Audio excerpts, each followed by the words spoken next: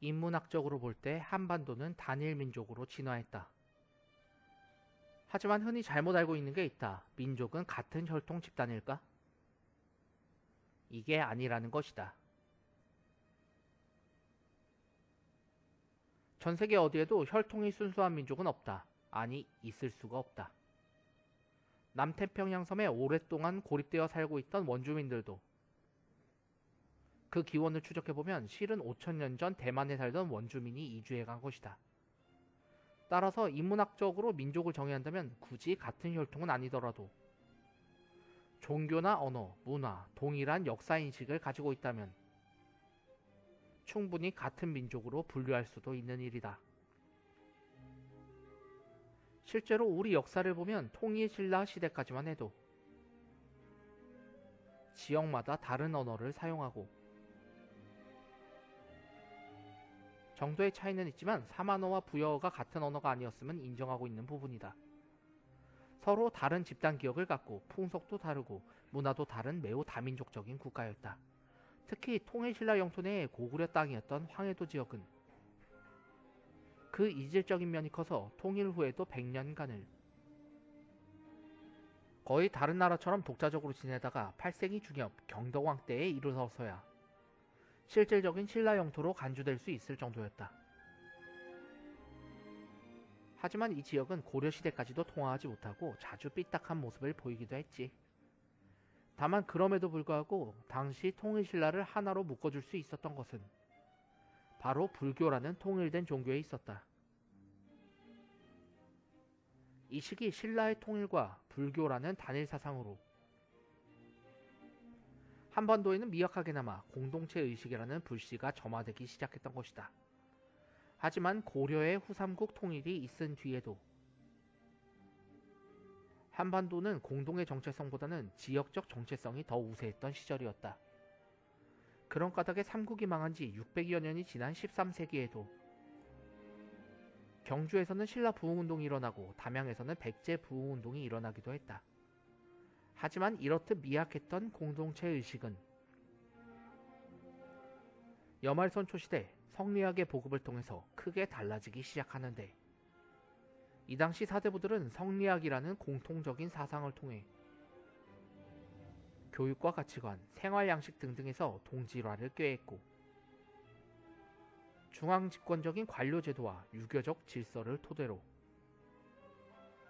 점차 하나의 국가라는 공동체 의식을 싹틔우기 시작한다. 여기에는 반도국가로서 오랫동안 고립되어 있었던 지리적인 특성도 한몫했지. 그러다가 외란 호란이 터지자 우리 모두에게 가해진 공동의 역사적 시련을 경험하게 된다. 물론 조선은 근본적으로 신분제 사회였기 때문에 이 당시 공동체 의식이라고 해봤자 양반 따로, 천민 따로였지만 말이다.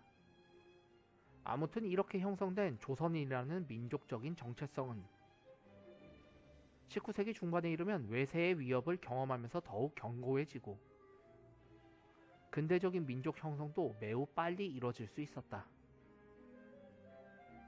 외세를 끌어들여 삼국을 통일한 신라, 오늘날의 평가와 전통적인 평가, 고구려 역사를 정통으로 삼아야 하는 북한에서는 신라의 통일을 대차게 까고 있다. 북한은 50년대부터 통일이라는 용어를 쓰지 않고 신라와 당 연합군의 백제, 고구려 정복이라고 서술하고 있다. 90년대에는 표현이 거칠어져서 김춘추 등의 신라 정치인들을 외세를 끌어들인 신라 봉건 통치배라 부르고 신라보다는 차라리 발해의 역사에 정통성을 두고 있을 정도이다. 그런데 우리나라도 점점 신라의 통일에 대해 부정적인 쪽으로 바라보고 있다는 게 흥미롭다. 50년대만 해도 통일신라라는 용어를 선호했고 화랑정치인 김유신 장군의 위협을 칭찬했다. 이후 우리나라 강단상학의 대북격이라 할 수 있는 이병도는 이렇게 말했다. 고구려 영토의 대부분을 상실한 것은 유감스럽지만 우리 민족이 최초로 단일정부 밑에서 단일국민이 된 것은 다행이다. 하지만 90년대에 들어서 반민족적 외세 끌어들이기, 만주 영토의 상실에 대한 비판의 목소리가 커지자 통일신라 시대라는 용어보다 점차 남북국 시대로 표현되기에 이른다. 요즘은 통일신라 시대라는 말은 거의 용도 폐기 수준의 상태라고 할 수 있을 정도가 됐다. 즉 우리 사회는 점점 더 신라의 통일을 부정적으로 평가하고 있는 것이다. 하지만 당나라와 동맹을 맺은 신라를 반민족적이라고 비난하는 것은 전 근대적 시절에는 전혀 찾아볼 수 없었던 표현이었다. 삼국사기, 삼국유사에서는 주색에 빠져 충신들의 간언을 듣지 않았던 백제 의자왕을 토벌한 김춘추를 영웅으로 묘사하고 있다. 사대주의가 당연시됐던 시절이기에 중국의 도움을 얻어 백제와 고구려를 친 신라는 오히려 삼국 중에서 가장 도덕적인 국가로 인식될 정도였다.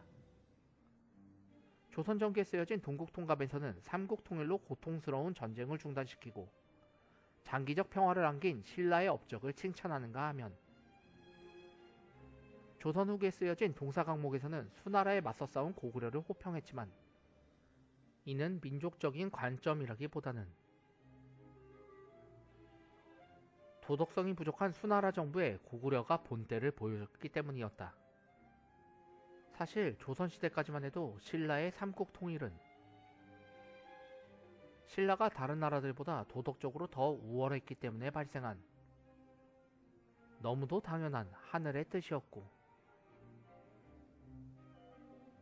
또 보다 모범적으로 중국의 사대한 국가였기 때문에 발생한 정당적 승리로 해석했다.